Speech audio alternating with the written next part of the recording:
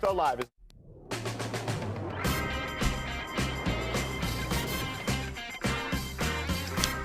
He is Jalen Rose. I'm David Jacoby. We are Jalen and Jacoby. What exactly is it that we do? We get the people.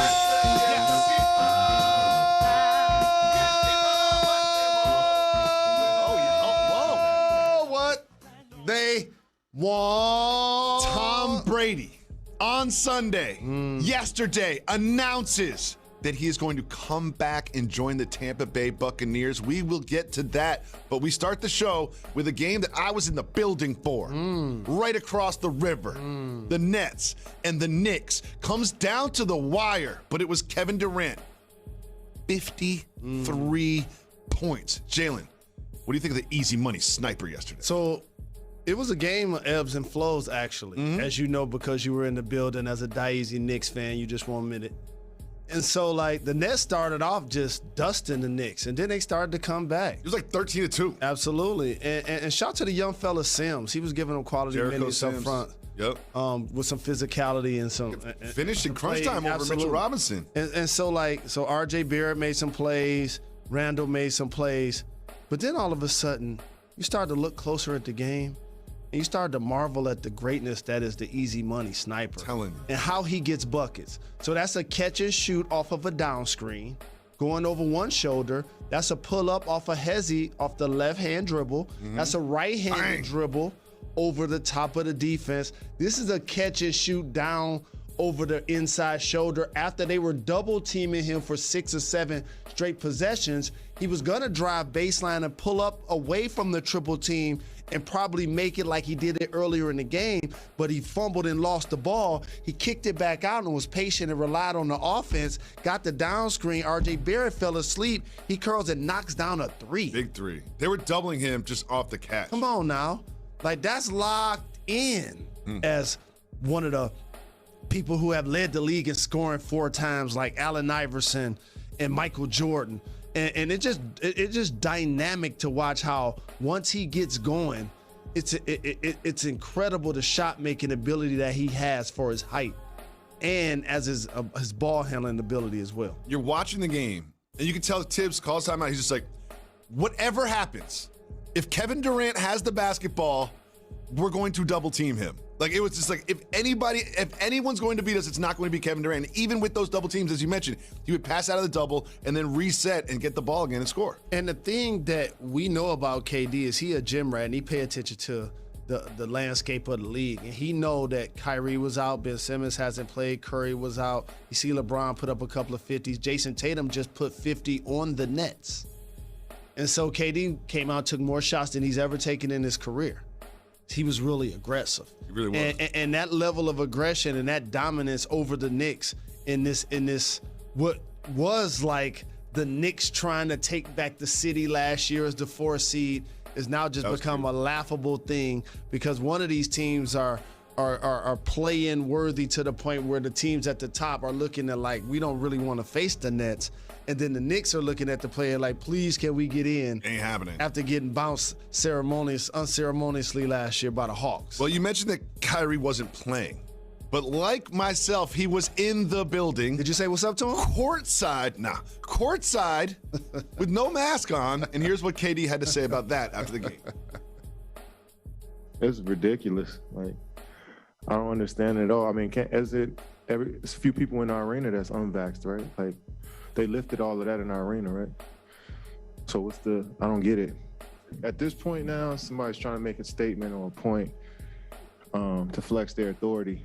But, you know, everybody out here looking for attention, and that's what I feel like the mayor wants right now, some attention, you know?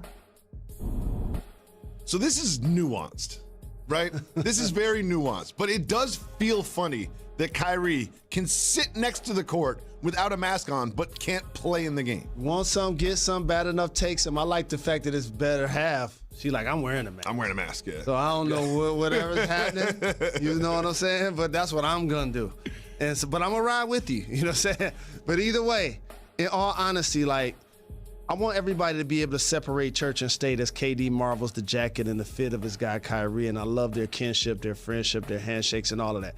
And by the way, I could show you a picture 10 years ago in Las Vegas. The Jalen Rose Leadership Academy students got a chance to meet both of those guys. And for me to now see them play on the same team and have their friendship the way it's grown is crazy. But let me just talk about what KD said at the press conference. So these rules were implemented before this mayor got elected. Mm-hmm.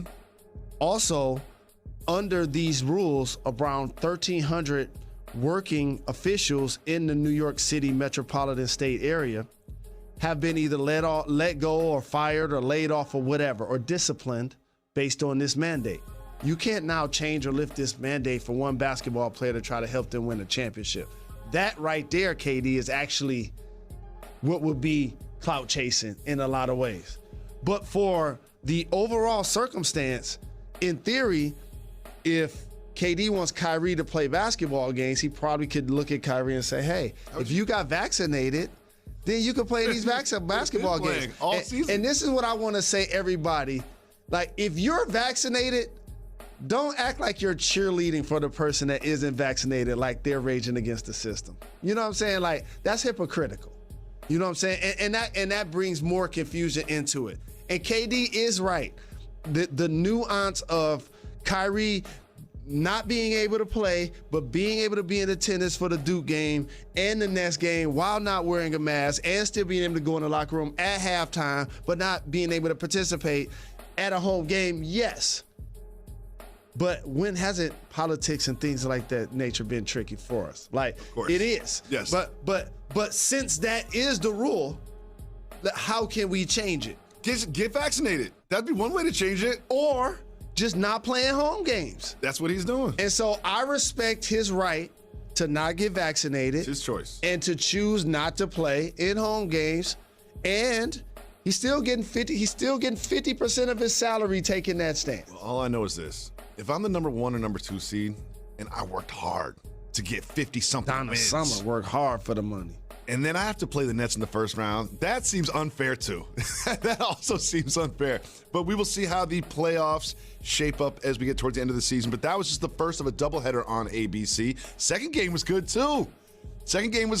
It was the Mavs against the Celtics, and it came down to a big shot from a former Net. Spencer Dinwiddie, who was traded from the Wizards to the Mavs, had an opportunity to knock down a big three. And what did he do, Jalen Rose? So put down this game that I'm giving. So like a backup quarterback. So say you have a dual threat quarterback like a Lamar Jackson. Mm-hmm. His backup got to be a dual threat in case something happens to him. Right? He can't be like a stationary target in the pocket, because then you have to do two separate things when your guy gets injured. When you have a Hall of Fame point guard at Jason Kidd that was a big guard, he's going to put the ball in Luka's hands first, second, third, fourth, and fifth and allow him to operate. But Luka can't initiate the offense all of the time. So now you bring in another big guard who's a version of Luka, who can kind of do some of the same things, get his own shot out the dribble, be a primary ball handler when Luka's not on the ball, or if Luka's not in the game, or if Luka's injured. That's something that if Porzingis, for example, was still on the team, he couldn't substitute for Luka. And he wasn't a true 1-2. And he wasn't reliable health-wise. So now you move him, you bring in Spencer, and now all of a sudden you got another productive player that can make plays at the end of the game. And shout out to Robert Woods, Time Lord, who been doing a terrific job of Robert Williams contesting at the rim and blocking shots and doing things of that nature defensively.